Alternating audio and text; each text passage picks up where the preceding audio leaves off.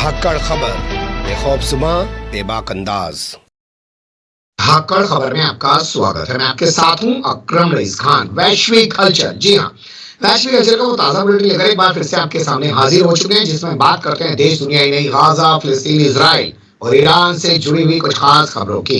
क्योंकि इन सब खबरों पर रोजाना बातचीत करने के लिए, चर्चा करने के लिए, तबसरा करने के लिए, तज़किरा करने के लिए हमारे साथ जुड़ जाते हैं कृष्णकांत जी यानी के जी, जो भारतीय वायुसेना के रिटायर्ड ऑफिसर हैं और जियो पॉलिटिक्स पर अपनी पैनी और गहरी नजर रखते हैं। बहुत शुक्रिया सर वक्त देने के लिए। थैंक यू मिस्टर अकरम।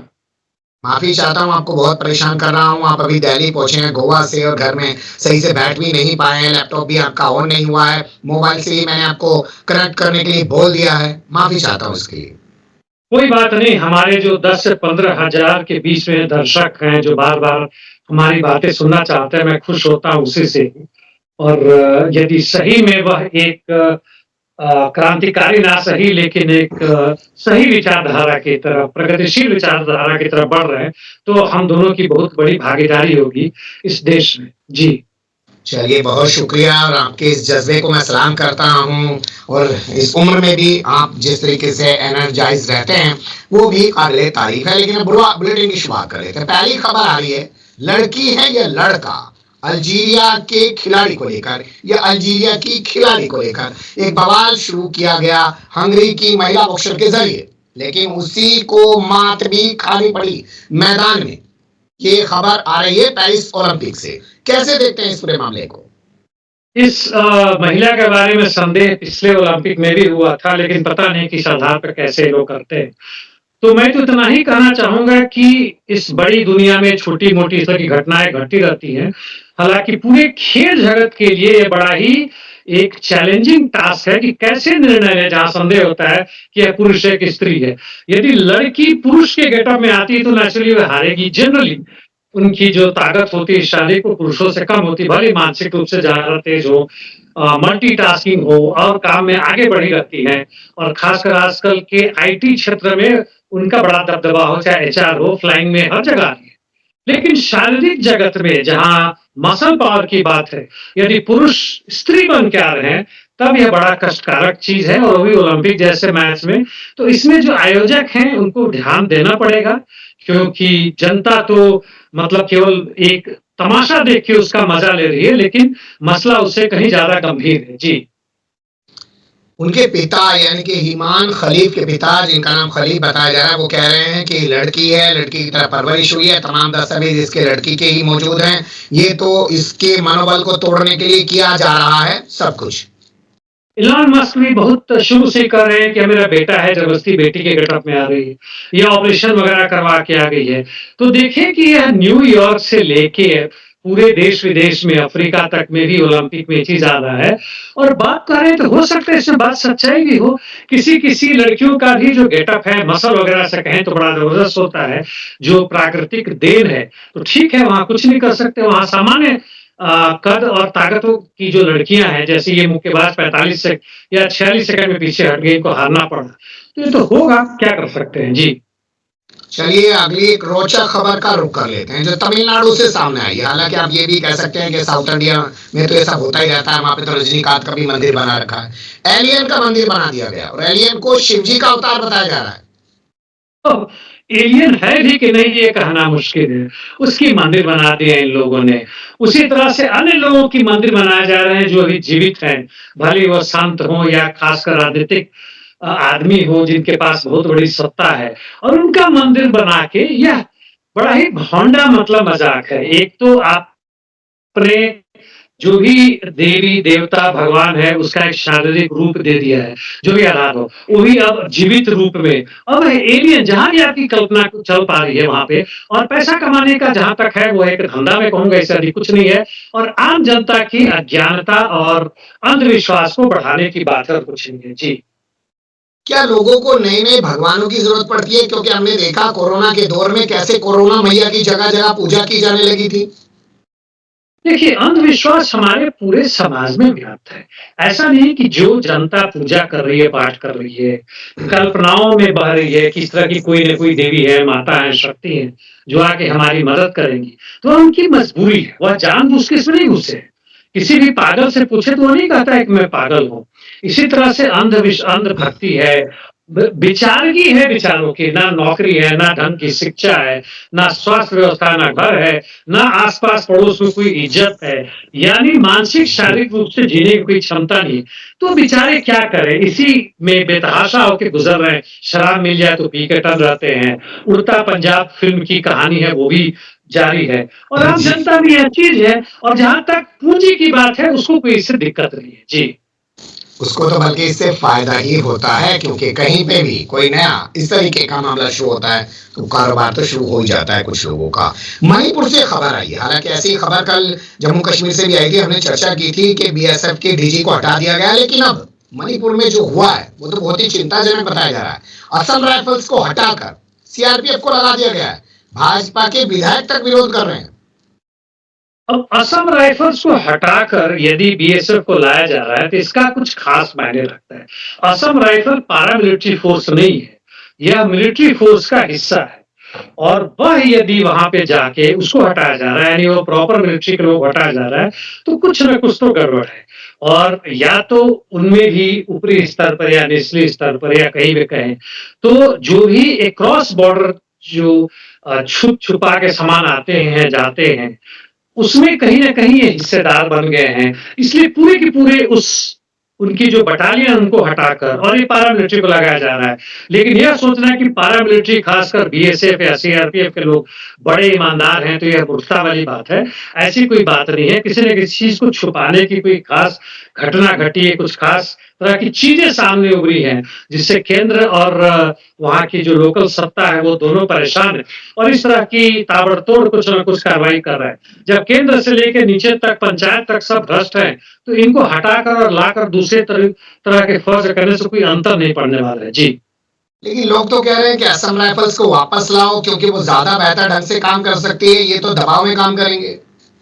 और असम राइफल्स इसलिए कि असम का नाम है इसलिए शायद यह चीजें हो रही हो। असम राइफल्स के साथ मैंने काम किया हुआ है, लेकिन वो बहुत 2 दशक के पहले की बात है। उनके कमांडर्स ने उनको जवानों तक उड़ाया हुआ है बॉर्डर पे, उनकी जितनी भी राशन पूर्ति उसमें काम किया हुआ है। कैजुअलिटी इवैक्यूएशन में बीमार पड़े वो हैं, तो उनमें बड़ी जबरदस्त एक मतलब कर्मठता थी और इस तरह की बातें नहीं थी कि वह बेईमानी कर रहे हैं, क्रॉस द बॉर्डर कुछ मतलब काला व्यापार कर रहे हैं, ये सब चीजें नहीं थी।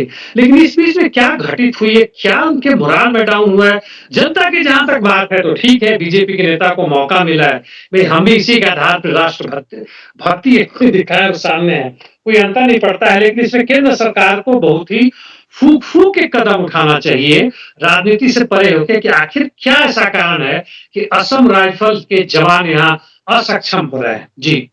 बिल्कुल आप सही कह रहे हैं। वैसे इसमें आप ये भी कह सकते हैं कि हो सकता है सरकार जो करवाना चाहती है वो असम राइफल्स करने को तैयार नहीं है, लेकिन जो पैरामिलिट्री के नाम पे सीआरपीएफ है उससे शायद वो करा सकती है जो मणिपुर में वो करवाना चाहती है। 1.5 साल से जो वहां चल रहा है, वहां शायद वो अपने हित आसानी से साध सकती है, क्योंकि मुख्यमंत्री बदलने की बातें हो रही थी, उसको हटाया नहीं जा सका है। अगली खबर का रुख कर लेते हैं जो हमारे पास आ रही है सोमालिया से। यहाँ पर आतंकी हमला हो गया, 32 लोग मारे गए हैं, आईएसआई इसमें जिम्मेदारी भी ले ली है।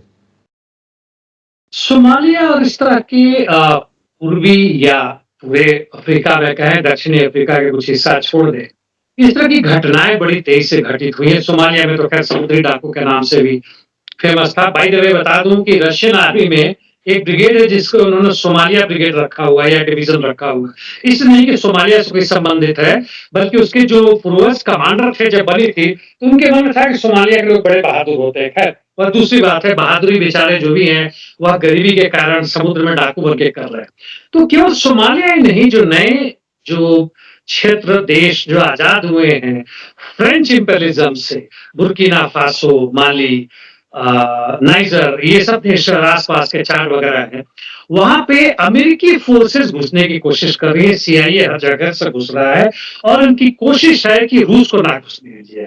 और इसके कारण वहां पे आईएसआईएस का वो हिस्सा जो कि तथाकथित रूप से गुड टेररिस्ट है, जो ओबामा कहते थे कि लोग अच्छे आतंकवादी हैं, उन लोगों के पीछे अमेरिका मिलकर फिर से, चाहे वो अफगानिस्तान से आ रहे हो, यहाँ तक कि दूसरे कुछ अन्य देशों से भी आ रहे हैं, अफ्रीका के तो है ही है। और ये सब कार्रवाई में इजाफा हो रहा है। जी। नाइजर का कहना है कि फ्रांस वहां पर क्षेत्रीय अस्थिरता फैलाने में लगा हुआ है। फ्रांस तो पूरी कोशिश कर रहा है, क्योंकि इसके कारण यहाँ के फ्रेंच, जहां तक की इंपेरियलिज्म की बात है, वह अमेरिका और इंग्लैंड के बाद से नंबर 3 पे आता है। फ्रांस कहें तो न्यूक्लियर पावर वाला एक देश है, काफी है। फ्रांस कहें तो यूनाइटेड नेशंस के सिक्योरिटी काउंसिल का परमानेंट मेंबर है, और उसकी बेइज्जती इस तरह से वहां के छोटे-मोटे तथाकथित रूप से देशों ने भगा दिया फ्रांसीसी सैनिकों को। तो फ्रांस अमेरिका और इंग्लैंड के साथ मिलकर पूरी कोशिश कर रहा है, ये जो नई सरकारें सत्ता में आई हैं, जिसको रूस और चीन भी मदद कर रहा है अप्रत्यक्ष रूप से, उनको फिर से हटाकर अपनी पिट्ठू वहां पर लाया जाए। जी, बिल्कुल आपने सही कहा, तभी तो आईएसआईएस वहां पे एक्टिव हो रहा है, आतंकी हमले कर रहा है, और जहां अमेरिका को अपना हित साधना होता है वहीं पर भी गुड टेररिज्म होने लग जाता है। अगली खबर हमारे पास आ रही है ब्रिटेन से। यहाँ के प्रधानमंत्री कियर स्टारमर ने एक मीटिंग बुलाई अपने मंत्रियों की और पुलिस को आदेश दिए कि जो साउथ इंग्लैंड के अंदर दंगे हो रहे हैं, जिन्हें मुस्लिम विरोधी दंगे बताया जा रहा है, उन पर अंकुश लगाया जाए जल्द से जल्द। देखिए, सबसे बड़ी बात है कि ये मुस्लिम विरोधी दंगा होना ही नहीं चाहिए था। कल या परसों हमारी जब बातें हुई थी, तो मैं ये शब्द लाना ही नहीं चाहता था, क्योंकि ना मारने वालों के साथ ऐसा है, मरने वाले तो जो भी बेचारे बहुत बच्चियां थी, धर्म से कोई लेना देना नहीं था।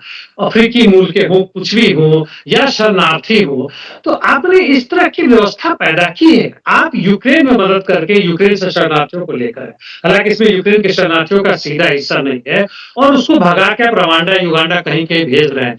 यानी पूरा माहौल ही आपने गंदा कर रखा है, और उसके बाद कहते हैं कि जल्दी से जल्दी कंट्रोल में लाया जाए। कंट्रोल में लाने का क्या मतलब है? आपके यहाँ दंगा फसाद का आधार है, वहां बेरोजगारी है, वहां पे शिक्षा का खात्मा हो रहा है, और सबसे बड़ी बात है कि जो स्वास्थ्य व्यवस्था है उसको अमेरिका और चीन जो भी है बाहर के पूंजियों ने खरीद लिया है, आपके हाथ में कुछ बचा नहीं है। और अब जो है, आप इसको छुपाने के लिए, चाहे टोरीज हो चाहे लेबर पार्टी हो, जनता के बीच में लड़ाई करवा रहे हैं, विदेश में आतंकवादी नीतियां आप कर रहे हैं, और इस तरह घटनाएं होती तो कहते हो कि दबा दिया जाए। यह तो स्वाभाविक है उसका होना। जब तक वहां की व्यवस्था ना बदले, कम से कम जनता आप समझे कि अभी नई सरकार को आए हुए जो कि लेबर पार्टी है, 6 महीने में नहीं इस तरह की चीजें शुरू हो रही है। जी, बिल्कुल आप सही कह रहे हैं, शुरुआत में ही ये तमाम बवाल शुरू हो गए हैं। और आपने जिक्र किया यूक्रेन का, तो यूक्रेन ने आरोप लगाया है रूस पर कि वो युद्ध बंदियों के अंग भंग कर रहा है। जबकि ये आरोप पूरी दुनिया भर में आ रहा है, सोशल मीडिया पर आ रहा है, रूस की तरफ से भी आया है कि यूक्रेन के वो लोग जो मारे जा रहे हैं, या यहाँ तक कि जो रूसियों को उन्होंने पकड़ा और मारा, उनके अंग भंग तो किया उन्होंने, वो तो खुलेआम आया था सोशल मीडिया पर, उससे बातें नहीं करेंगे। उनके लीवर किडनी वगैरह निकाल के भी बेच रहे हैं, वो भी धंधा चालू हो चुका है। यूक्रेन का जो वेश्यावृत्ति था वह भी फेमस था, यह भी हो रहा है, और जो काम खुद कर रहे हैं वो रूस पे आरोप लगा रहे हैं। रूस, फिर से मैं दोबारा कर रहा हूं, कहीं से भी समाजवादी देश नहीं है, लेकिन रूस अभी इस तरह की नीतियों में, इस तरह की कार्रवाइयों में शामिल नहीं है। उसका खुलेआम रूप से मिलिट्री एक्शन है, और उसकी पूरी कोशिश है कि यूक्रेन का अधिक से अधिक हिस्सा को कब्जे में करे, और जो यूक्रेन में जो नव नाजीवाद उभरा है, जो वहां की आर्मी है, उसको खत्म करने में लगा हुआ है। इसलिए मुझे नहीं लगता है, हो सकता है एक दो इस तरह की घटनाएं घटी हो, लेकिन अभी बहुत सख्त आदेश है रूसी सेना पर कि इस तरह की हरकतें ना करो। जी, चलिए अब शुरुआत करते हैं अमेरिकी चुनाव से जुड़ी खबरों के। पहला जो अपडेट है वो है बाबा बाइडेन से जुड़ा हुआ। वो टॉप 10 में भी अब नहीं रहे हैं पूरी दुनिया के लोकप्रिय नेताओं के मामले में। अब आपके बाबा बाइडेन ना घर के रहे ना घाट के रहे, ये तो पता ही चल गया कि अगला राष्ट्रपति नहीं बने। इस राष्ट्रपति के दौरान भी जो बचा उनके पास 2-3-4 महीने, उसमें भी कोई निर्णय लेने में ऐसा नहीं कि उनके कुछ हाथ हो, कुछ प्रभाव हो। उनके अब रक्षा मंत्री जिनका कोई असर नहीं था, वो अब आदेश पारित कर रहे हैं कि किनको बंदी बनाया जाए या ना छोड़ा जाए, और उनके बाकी सब विदेश काम तो एंटनी ब्लिंकन कर रहे हैं। इसलिए नेचुरली उनकी कुछ बची नहीं है, वो भले ही उनकी पार्टी जीते ना जीते, अब इनका महत्व खत्म हो गया है, और इन्होंने बड़ी अपनी जिंदगी जी ली है। 2-2 बार वाइस प्रेसिडेंट, एक बार प्रेसिडेंट। वॉर इंडस्ट्रीज और ऑयल इंडस्ट्रीज की उन्होंने बड़ी सेवा की है अपने देश की। दुनिया में हर जगह इन्होंने आतंक फैलाने में उसी तरह काम किया है जिस तरह से इनके पूर्वज ओबामा और दूसरे लोग करते रहे। इसलिए उन्हें चुपचाप जाकर घर में बैठना चाहिए, कुछ बचा नहीं है इनका। जी, आमिर जहर, जिनको कट्टर फिलिस्तीन समर्थक माना जाता है, और इसके अलावा एक पत्रकार का नाम भी छपा है जिनका नाम है जैकलीन लुकमान, इनको भी कट्टर फिलिस्तीन माना जाता है। चर्चाएं चल रही है कि कमला हैरिस इनको उपराष्ट्रपति का प्रत्याशी बना सकती हैं। ये बना सकती हैं और मुझे लगता है कि तकरीबन बनने वाले हैं ये। और ये लोग जहां भी देखें, दूसरी तरफ के जो राष्ट्रपति के उम्मीदवार हैं ट्रंप और उनके जेडी वैंस, और इन दोनों की आपने चर्चाएं की, ये कहीं से भी शुद्ध नहीं है। कमला हैरिस भली हंसती हो, अभी तक चूंकि राजनीति में उस तरह से सक्रिय ना हो, ये सब के सब बिना किसी परिवर्तन के। देखिए, नेतान्याहू ने सब कुछ करने के बाद दो बड़े बड़े अपने विरोधी के नेताओं को मरवा दिया, है ना, हमास और हिजबुल्लाह दोनों के नेताओं को मरवा दिया, और उसके बाद से अपने वह भेज रहा है लोगों को इजिप्ट में बात करने के लिए कि किस तरह से शांति प्रस्ताव लाया जाए। यानी कोई शर्म है जैसी चीज नहीं है। और इनके पीछे आपके ये जो रक्षा मंत्री है अमेरिका के, यहां तक कि बाइडेन ने भी पहले कहा था कि इनको मरवाना, यानी इस्माइल हेनिये को मरवाना सही चीज नहीं है, इससे शांति की बातचीत में असर पड़ेगा। और दूसरी तरफ कर रहे हैं कि यदि इजराइल पर आक्रमण हुआ तो हमारी सेनाएं जाकर वहां मदद करेगी, और पूरी तैयारी चल रही है। ये सब बड़े ही बेशर्म, बड़े ही निर्लज्ज और हत्यारे किस्म के इंसान हैं। इनको इंसानियत से कुछ भी लेना देना नहीं है। जी। क्या ये कदम इसलिए उठाया जा रहा है क्योंकि अभी तक जो नाम उपराष्ट्रपति प्रत्याशी के तौर पर चल रहा था शापिरो का, उनके बारे में जानकारी लीक हो गई। कहा जाने लगा कि वो तो आईडीएफ के फौजी रह चुके हैं। उन्होंने कहा कि नहीं, मैं आईडीएफ का फौजी नहीं था, भले ही नाम देने की बातचीत की हो, लेकिन छुपाने की कोशिश हो रही हो। तो जहां तक अमेरिका की बात है, अमेरिकी जनता यदि ना समझती हो, तो आईडीएफ के यदि फौजी रहे हो, यानी इजराइल में काम कर रहे हो जियोनिस्ट रेजिम के लिए, तो बड़ी खुशी की बात है अमेरिका के लिए। तब तो खासकर अमेरिका का जो सत्तारूढ़ पक्ष है, दोनों पक्ष विपक्ष दोनों जो है, डीप स्टेट, उसके लिए बड़ी खुशी की बात है। उसके लिए तो बहुत पैसे रहेंगे भैया, वो वहां डायरेक्ट प्रत्यक्ष रूप से काम करके आया है, और वो सही मायने में इजराइल को मदद कर सकता है। और जो हमारा आर्मी बेस है पूरे अरब कंट्रीज में इजराइल के नाम से, गाजा पट्टी को तो खत्म करने की पूरी कोशिश तैयारी चली रही है, तो उससे बड़ा अच्छा प्रत्याशी क्या हो सकता है। अभी 5-4 साल के लिए उपराष्ट्रपति बने, फिर राष्ट्रपति भी बन सकता है। जी। चलिए अगली खबर का रुख करते हैं जो जुड़ी हुई है ट्रंप से। फॉक्स न्यूज उनका चमचा चैनल, टीवी चैनल माना जाता है, लेकिन अब वो उसके डिबेट में भी नहीं जाना चाहते हैं कमला हैरिस के साथ। फॉक्स में तो शायद वो तैयार हुए थे, या हाँ उसमें तैयार हुए थे, सीएनएन और दूसरे में नहीं तैयार हो रहे हैं जिसमें कमला हैरिस तैयार है। तो ये दोनों मिलकर देखिए, इनका अपना चैनल है, उनका अपना चैनल है, दोनों के दोनों चैनल जितने भी, चाहे गार्डियन हो, इंग्लैंड के जितने भी चैनल हो, यहाँ के जितने चैनल हो, फॉक्स हो या सीएनएन हो, या जितने भी है, सब के सब प्रो इजराइल हैं, प्रो इंपेरियलिस्ट पावर हैं, और जहां तक डेमोक्रेटिक राइट की बात है, आम जनता की बात, उसके विरोधी हैं। तो एक दूसरे को ये मजाक बना रहे हैं, दोनों एक दूसरे से डरे हुए हैं, यानी ट्रंप भी और कमला हैरिस भी। ये करे उसमें आओ तो हम जाएंगे, ये करे उसमें आओ तो जाएंगे, मजाक चल रहा, हो सकता है तैयार भी हो जाए। अंतर क्या पड़ेगा मुझे नहीं नजर आ रहा है, लेकिन उसका इतना ही अंतर पड़ेगा कि उसका जो होस्ट है, वह एक होस्ट जो है सो ट्रंप के लिए है, शायद उनको थोड़ा सा प्रॉम्प्ट करे, इनको कम बोले दे, दूसरी तरफ ये करे, और कोई अंतर नहीं पड़ने वाला है। जी। NABJ national association for black journalist नाम की एक संस्था है अमेरिका, वो ट्रंप को बुलाने पर भड़क गई है। शिकागो के कुछ उनके पदाधिकारी उन्होंने इस्तीफा भी दे दिया, कहा कि जब 2016 में ट्रंप को बुलाया गया था तब वो तो आए ही थे, अब हम क्यों बुलाएं।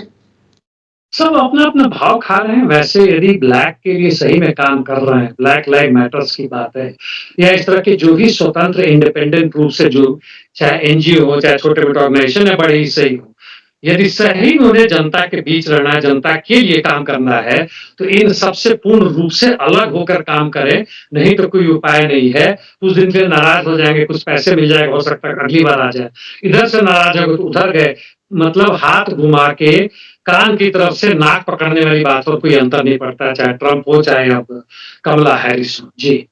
कल हमने बात की थी कि उत्तर कोरिया के जो तानाशाह हैं किम जोंग उन, वो चाहते हैं कि ट्रंप आ जाएं। अब खबर चल रही है कि 2016 में जो कामयाबी मिली थी ट्रंप को, उसमें अब्दुल फताह अल सीसी यानी मिस्र के राष्ट्रपति ने बड़ी अहम भूमिका निभाई थी। अब सीसी की कितनी औकात बनती है, किस तरह से बनती है, कहना मुश्किल है। हालांकि सीसी को सत्ता में लाने में, फिर दोबारा 90% से ऊपर जिताने में अमेरिकी साम्राज्यवाद का बड़ा हाथ है, चूंकि वो पूर्ण रूप से अमेरिका के साथ है, इजराइल के साथ है, वह तो नजर आता है। अब सीसी का कितना रहा, हो सकता है मदद करने में कुछ तरह के न्यूज़ में हो या जहाँ तक सोशल मीडिया में उनके लोग इनके साथ आए हों, ये हाथ हम्म, रहा हो। हो सकता है उन लोगों ने कुछ पैसे भी इन्वेस्ट किए हों, इनके जहाँ तक चुनाव बॉन्ड के रूप में हो या जिस इलेक्टोरल बॉन्ड के रूप में हो, उसमें पैसे दिए हों। अरब कंट्रीज़ के लोग हमेशा इन अमेरिकी राष्ट्रपतियों को पैसा मतलब लाखों लाख नहीं करोड़ों डॉलर देते रहते हैं, अरबों डॉलर देते हैं इनके चुनाव जीतने की। वो मदद मैं समझ सकता हूँ यदि हुआ हो तो। जी। जॉर्जिया के गवर्नर मुझे हराने की साजिश रच रहे हैं, परपंच षड्यंत्र कर रहे हैं, ट्रंप का ऐसा कहना है। अब यह भी मतलब ट्रंप जो है सो लगता है कि सठिया कर रहे हैं अब बाइडेन ये सठिया रहे हैं। हर जगह कुछ काम हो रहा है, इनको नजर आ रहा है कि इनके खिलाफ साजिश हो रही है। जॉर्जिया की क्या औकात है, यह हमें समझ नहीं आ रहा है। हाँ ठीक है, इनके जो विपक्षी दल है वो करते हैं, ठीक है। इन्होंने सोशल मीडिया पर आरोप लगाया था, गूगल्स ढूंढने पर आप ढूंढते हैं ट्रंप को चला जाता है बाइडेन या किसी के पास, वह समझ में आता है। लेकिन जॉर्जिया वगैरह पर कोई खास असर नहीं पड़ता है। यदि धमकी दे रहे हैं जॉर्जिया को, तो कहने का मतलब है कि जॉर्जिया का अभी जो सत्ता में पार्टी है वह कहीं न कहीं से ज़्यादा प्रो रशिया है, तो शायद फ्यूचर के लिए कहीं न कहीं से उसको धमकाने की कोशिश कर रहे हैं। जी। बिल्कुल आप सही कह रहे हैं, क्योंकि दबे छुपे अंदाज में वो यही आजकल कर रहे हैं, कभी गूगल, कभी फेसबुक, कभी और संस्थाओं के बारे में। अब शुरुआत करते हैं गाजा से जुड़ी खबरों के। पहला जो अपडेट है वो आ रहा है सऊदी अरब से। जद्दा में इतनी फुर्सत है सऊदी अरब के पास कि पाकिस्तान और इंडोनेशिया का वहां पर म्यूजिक कंसर्ट करा रहा है, नाच गाना हो रहा है। लेकिन ईरान के बाद अब पाकिस्तान ने भी डिमांड की है कि ओआईसी की मीटिंग बुलाई जाए इस्माइल हानी की मौत को लेकर, हत्या को लेकर। उस पर खामोशी है, ऐसा क्यों? देखिए, जहाँ तक ऐशो आराम या उस तरह की जीवन की बात है, तो अरब कंट्रीज़ के शेख वगैरह तो फ़ेमस है वर्ल्ड ओवर में। और वही नहीं, यदि वेस्टर्न में कल्चर में जाएँ तो भरा पड़ा है, इसमें संदेह नहीं। उनका अपना जहाज होता है और अपना आइलैंड होता है, अपनी तरह की चीज़ें होती हैं और पूरा दुनिया में इन्हीं की तो सत्ता है, जो चाहें करवा देते हैं। तो अरब कंट्रीज़ में भी होते रहता है, ये लोग खासकर शेख वगैरह लोग बुलाते हैं। जहाँ तक पाकिस्तान वगैरह की बात है, ओआईसी की बात है, अरब लीग की बात है, अरब कंट्रीज़ की बात है, तो यह इनका कोशिश इनकी ऊपर से है। अब आम जनता में भी यदि कहें तो उस तरह का कहीं भी एकता नहीं रह गया।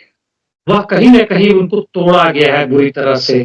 मुस्लिम में भी शिया सुन्नी कर दिया, प्रो अरब या प्रो इज़राइल कर दिया गया। वो कुछ न कुछ को ज़बरदस्ती जैसे जॉर्डन में एंटी ये हमास कर दिया गया, ज़बरदस्ती मतलब कोई मायने नहीं है।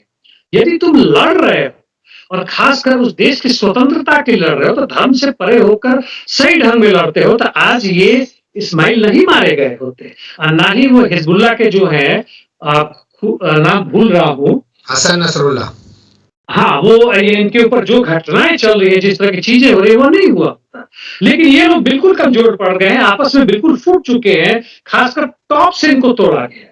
और उसमें अमेरिका, ब्रिटेन और फ्रांस और जहाँ तक नेटो है, सारे के सारे देश हैं और आपस में एक-दूसरे को फूटी-कौड़ी नहीं सुहाते हैं। यदि ये लोग एक साथ होते तो अमेरिका कभी भी इराक में नहीं घुसा रहता वहाँ पे और ना ही उसकी इस तरह की अर्थव्यवस्था होती और इज़राइल बहुत पहले सिमट चुका रहता अपने खास जगह पे।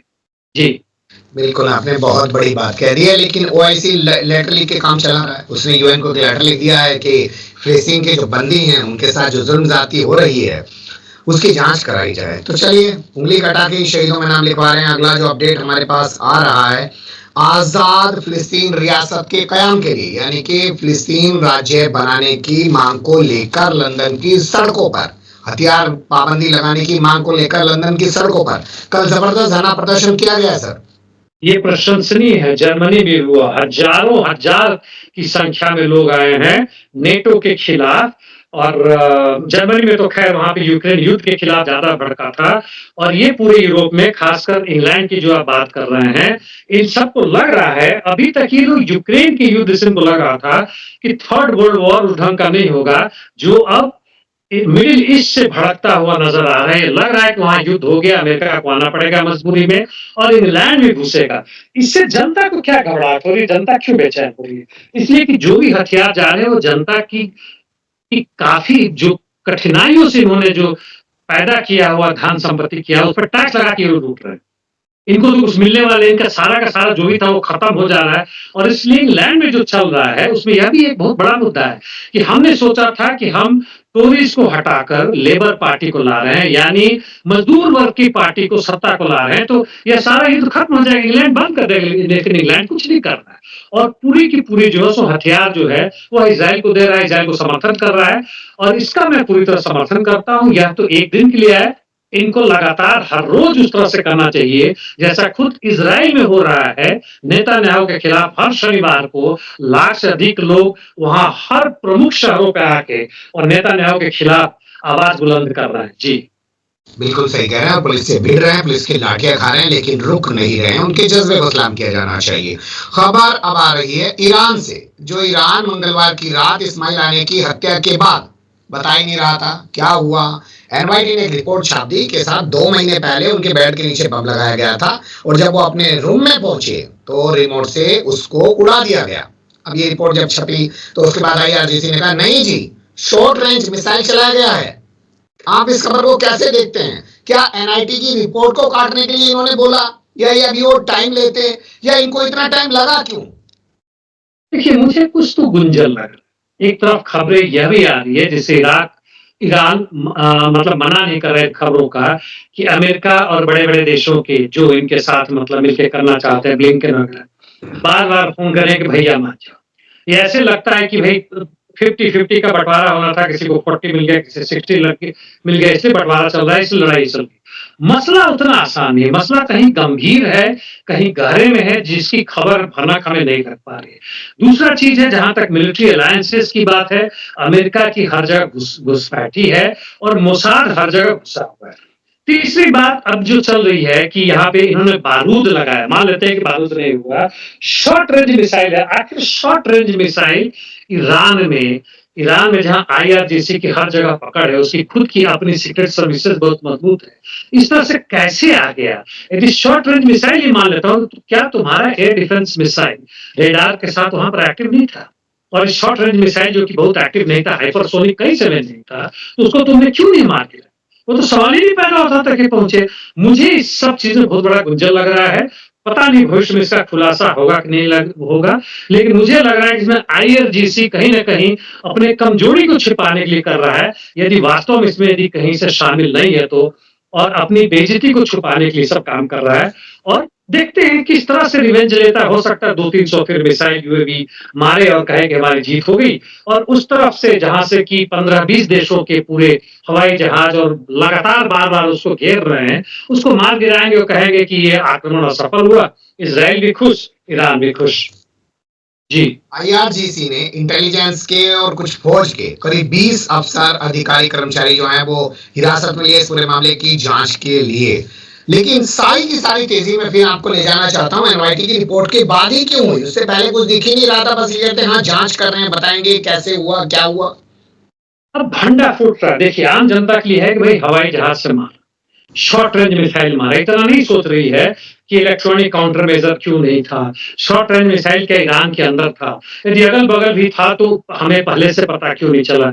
चूंकि वह इजराइल बहुत पहले से प्लॉट कर रहा हो। इनका एग्जैक्ट लोकेशन किसने दिया, रात में या सुबह में कितने बजे पहुंचे किसने दिया? अब इस सब को छुपाने के लिए, और यदि अंदर में बारूद था तो और भी ज्यादा खतरनाक, जो आम जनता समझती है कि भाई इकट्ठे तो बारूद उठा के नहीं लाओगे, छोटा-छोटा करके लाएगा, वहाँ रखे होंगे। आज तक हमें नहीं पता चला कि कश्मीर में जो बारूद का जो इतना बड़ा हंगामा हुआ था, हमारे 40 अर्धसैनिक फौजी जो मारे गए थे, वो बारूद आया तो कहाँ से आया, उसका पता नहीं चला। तो उसमें जनता को बहुत संदेह पैदा होता है।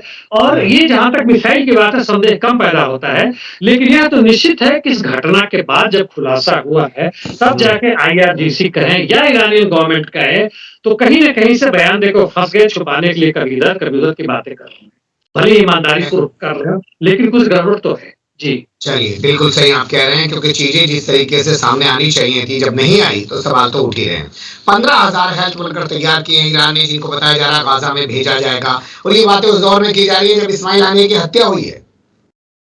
वो 15,000 भेज कैसे देंगे? यदि पोस्ट वॉर की बात है तब तो अलग बात है, तब तो वहाँ चीन सारा का सारा पहुँचेगा, उनकी भी मतलब पेशगी हो जाएगी, भाई आ जाओ 15,000 ज़रूरत है वहाँ पे, जिस तरह से लोगों ने बर्बाद कर रखा है ज़रूरत है।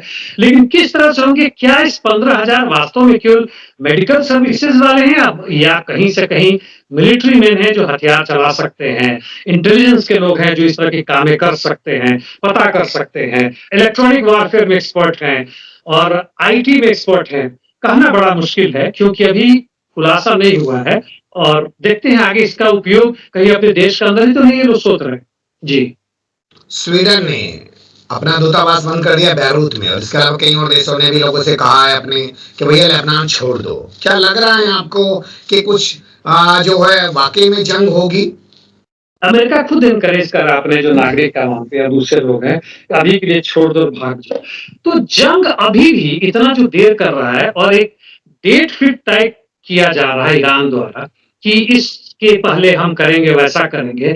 इससे लगता है कि अधिकांश तो वही स्थिति होगी जो आज से तकरीबन 2.5 महीने पहले किया गया था। बहुत सारे ये जिसमें इनके जितने रेजिस्टेंस फोर्सेस है वो भी मिसाइल छोड़ेंगे, रॉकेट मारेंगे, मिसाइल तो कम है, जो भी है यूएवीज वगैरह करेंगे और कुछ मतलब एस्केलेट होगा, कुछ बढ़ोतरी होगा। लेकिन युद्ध की संभावना भी नहीं लग रहा है।